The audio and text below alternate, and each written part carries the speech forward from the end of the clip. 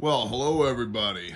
My YouTube on my end shows that there's 0 people on here, yet I can see just a Mark 4 and our brother Bevan in the comments this morning. So, yay! Oh, good morning, Ginger Beast, Tactically Taurus. Shalom, brother. Hope you're feeling better.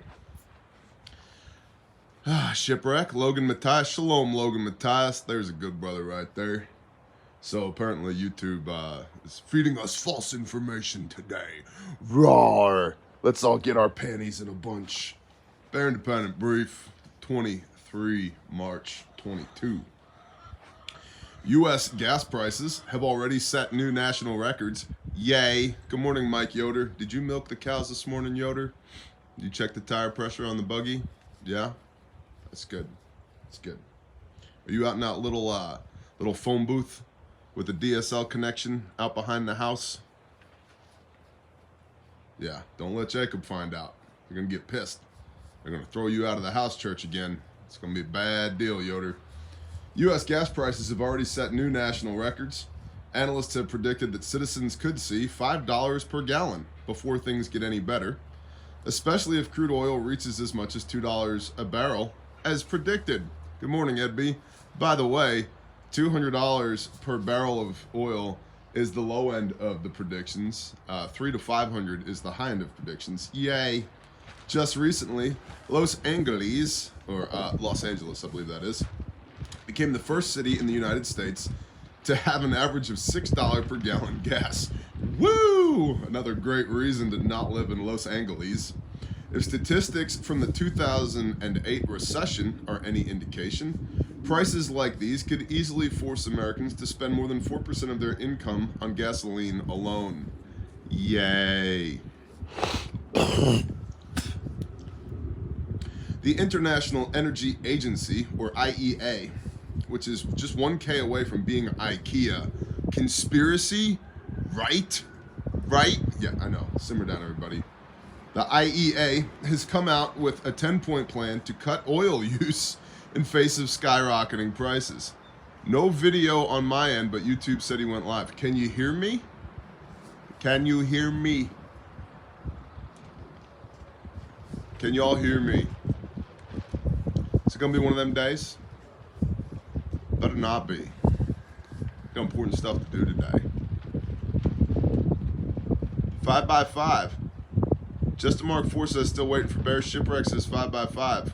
Alright, so somebody tell them in the comments, hey, like restart your YouTube or something. Okay. That's good. So, the International Energy Agency has come out with a 10-point plan to cut oil use in the face of skyrocketing prices. Reactive, not proactive, right? Reactive.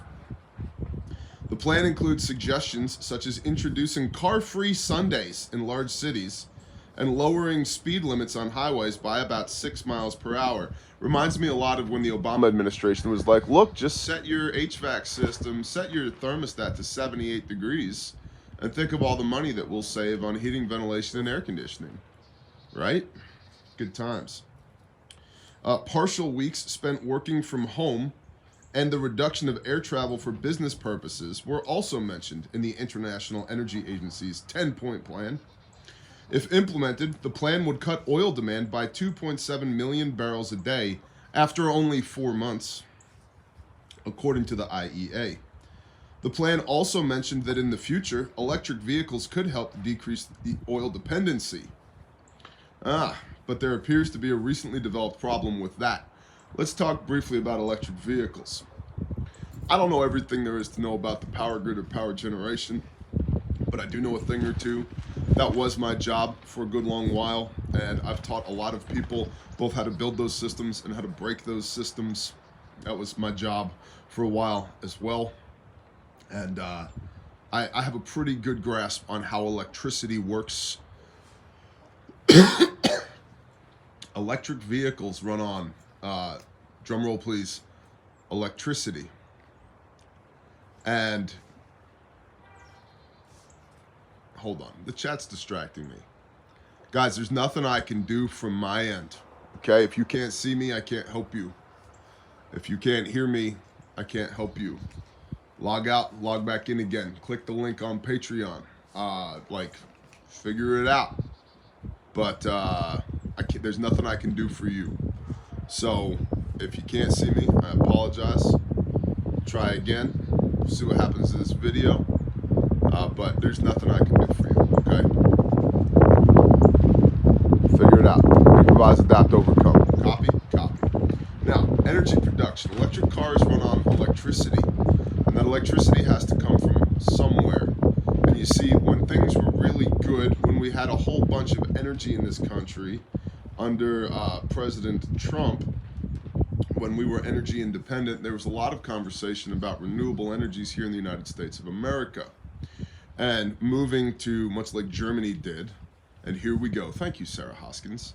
And moving towards renewable energies as primary generation. The problem with that is you can't do that because the sun isn't always out and the wind isn't always blowing. And so that means we need good capacitor technology to store that energy when it's made and then release that energy on demand when needed. That's how primary generation works. This would be nuclear power, coal power, natural gas power. All of that is on demand, right? All that's on demand. That's why we use it for primary generation. This entire system is built around providing that energy on demand. Renewables don't work that way. And so while we had fluff in the system because we were energy independent, lots of people said, we need more renewables. Well, say nothing of the fact that those renewables, number 1, 2, and 3 owners of renewable energy in the United States of America are British Petroleum, ExxonMobil, and Dutch Shell. So, yeah, who's really building these renewable energy projects? It's not people that want to give, dolphins hugs, right? And plant unicorn plants and raise little puppies in their backyard, right? It's not that. It's energy companies. They're energy companies, not just oil companies. So we spent a lot, billions, trillions of taxpayer dollars to subsidize these energy companies to get them into renewables, which doesn't work when there isn't fluff in the system. Now, the Biden administration is saying we need to go back to nuclear power, safe and effective nuclear power. It's the first time that's been talked about in a while, right? Same thing with this oil. Oh, we need to reduce our consumption by 2.7 million barrels per day. Or we could just produce our own damn oil like we had been doing, right? Imagine that. That might be a strategy there. So it's just interesting the way the rhetoric bounces back and forth between, fluff in the system. When there's fluff in the system, we need to do all of these, all these good idea fairy ideas.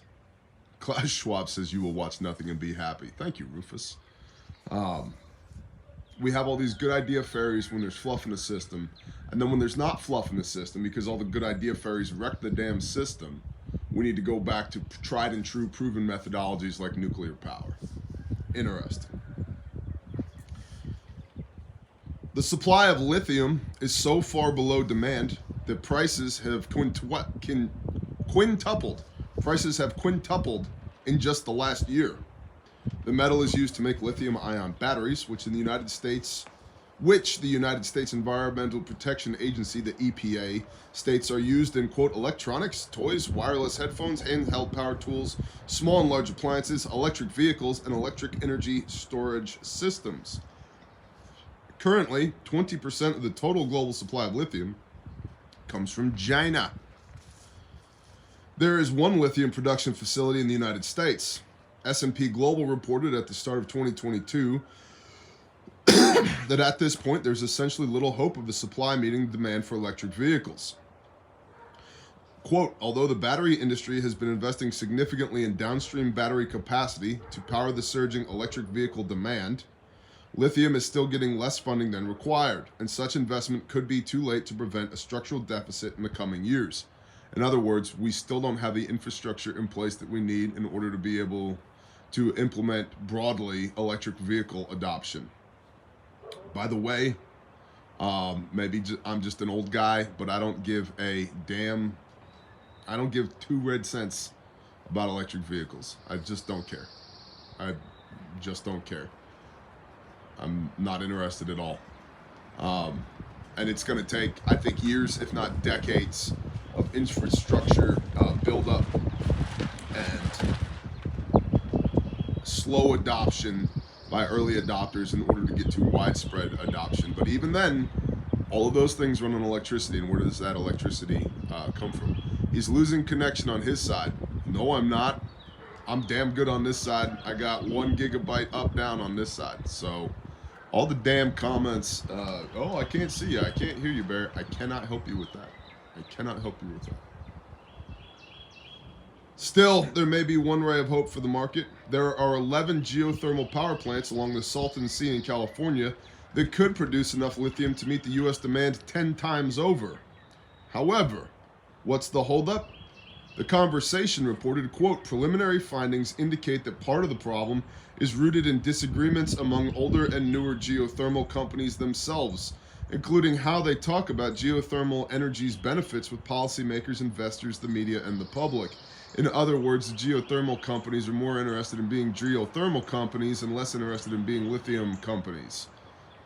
Yeah, well, companies solve problems, and the better a company solves problems, the more resources they amass. It sounds like to me, if the problem is there's not enough lithium, and you have lithium, that that would be a good thing to do, is to sell lithium. But no, they'd rather be geothermal companies, you know, socially responsible geothermal companies. Produce the damn lithium, homeboy. It's hard to tell whether there will be any relief in the coming months or even years. Prices are rapidly outpacing earnings for most families, and there is little recourse, especially for those who are less independent.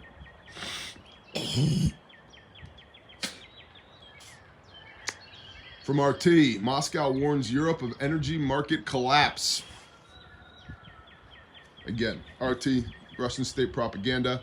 Moscow, what are they doing? Propagandizing. It's in their best interest, so filter that. Restart your YouTube or something. Bear, exactly. Moscow warns Europe of energy market collapse. Quote, gas prices could top $4,000 per 1,000 cubic meters, this is of natural gas, if Russian imports are banned, according to the former energy minister.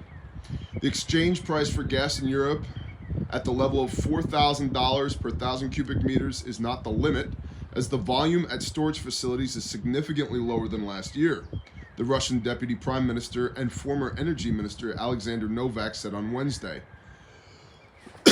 According to him, the ban on Russian oil and gas imports could result in a crash of Europe's energy market.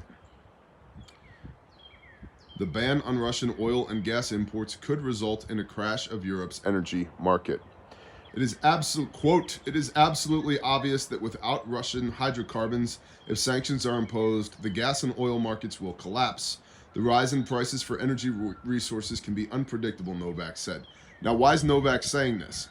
Novak is saying this because he is he's on Team Russia, and he wants to scare Europeans in not making any moves against Team Russia so that they don't shoot themselves in the foot when it comes to energy.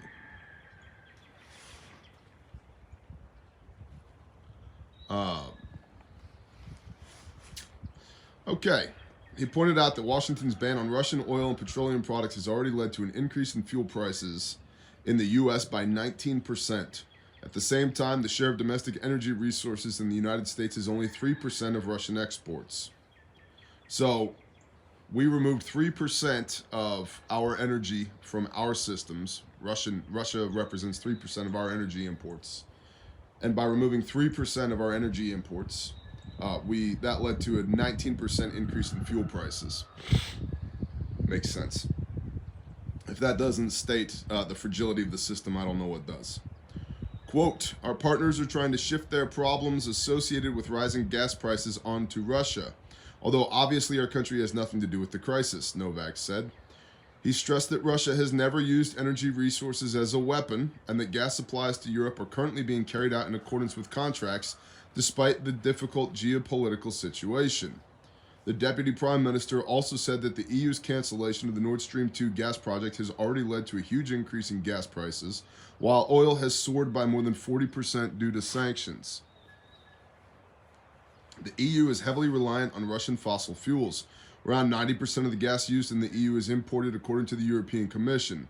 Russia provided roughly 45% of these imports at various levels to the EU member states in 2021.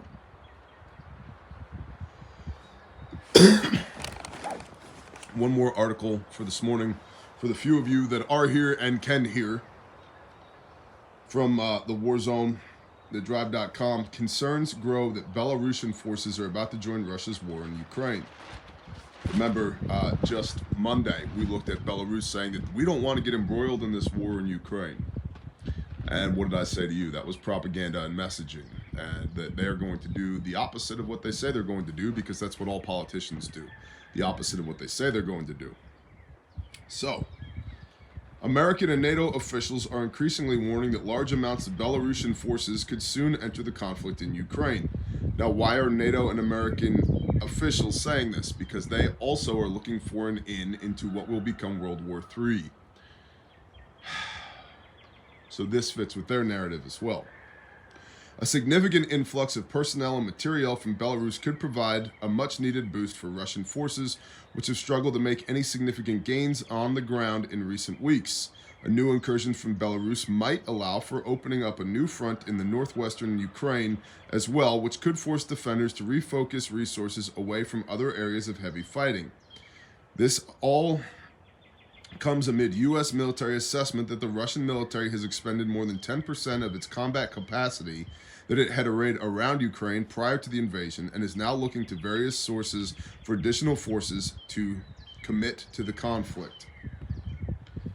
So, and the article goes on from here, and it doesn't really matter what the rest of the article says. The whole idea here is that Belarus could now be, regardless of what Belarusian politicians have said, looks like they could get involved in this war. And Belarus is a puppet state of Russia, and NATO and the US are now saying, hey, watch out for Belarus, they could get involved in the war as well, all of which dovetails perfectly into their narrative of sooner or later we're going to have to do something about this. If we don't stop this war in Ukraine, it could be at our doorstep, which develops yet again the public mandate, the approval from the public for large-scale conventional military involvement in Ukraine, aka World War III. So, something to be aware of. Interesting day this morning. I'm a little frustrated apparently that the video and the audio is not working for a bunch of you, but hey, you do the best you can with what you got where you're at. RefugeMedical.com, handmade, made in America, guaranteed forever first aid kits. Get them while you can. Global supply is basically non-existent right now of medical equipment and devices because of this war in Ukraine. If you don't have a first aid kit, or you need more first aid kits, whether you're a church, an institution, a school, a small business, a trucking company, a soccer mom, a cubicle dad, a law enforcement officer, a U.S. Marine, whoever you are, if you need a competent, American-made, guaranteed forever first aid kit, RefugeMedical.com. Your promo code is BearNation. That gets you free shipping. Be advised that UPS has temporarily halted all shipping to Belarus, Ukraine, and Russia due to conflict currently. And so we've sent a good bit of product over there. We could still send a good bit of product over there, but it can't go UPS anymore. So there's another indicator for you. But if you're here domestically, also be advised and take comfort in the fact that we've made the largest order in our company's history in order to have a backstock of inventory here to be able to meet the needs of the domestic market, aka you, the Bear Nation, so that if you need a first aid kit, you'll be able to get one, because everybody else has sold the F out. We have people coming to us that want 10,000 units of this, 15,000 units of that, 3,000 stomp bags, all for these wars that are about to take place. And also be advised, a bunch of equipment is being sold by vendors all around the world into Ukraine. A bunch of equipment is being sold by vendors, other vendors, to countries around Ukraine, to the west of Ukraine, Eastern Europe. And a bunch of equipment is being bought up by the DLA, Defense Logistics Agency, here in the United States. They say for replenishment and backstock, but all that's an indicator to me that we're going to have a large-scale conventional war sooner or later. Hey, it's a battle dog, speaking of war. So, get it while you can. RefugeMedical.com. Your promo code is BearNation. Get your free shipping on everything in the store. And then you can use promo code BearNation at refugetraining.com. We've got 14 class dates up right now in the store.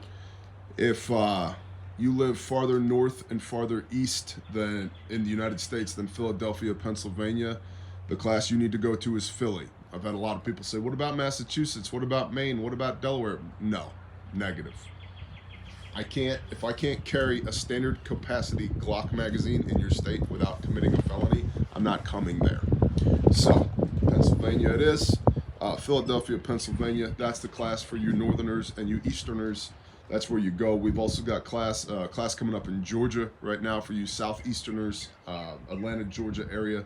So check that out. Waco classes with Carl from Tactical Rifleman. There's a few slots left on that. I think there's a couple of slots left for the Sentinel Butte, North Dakota class with Rex from Rex Defense to Borosaurus Rex.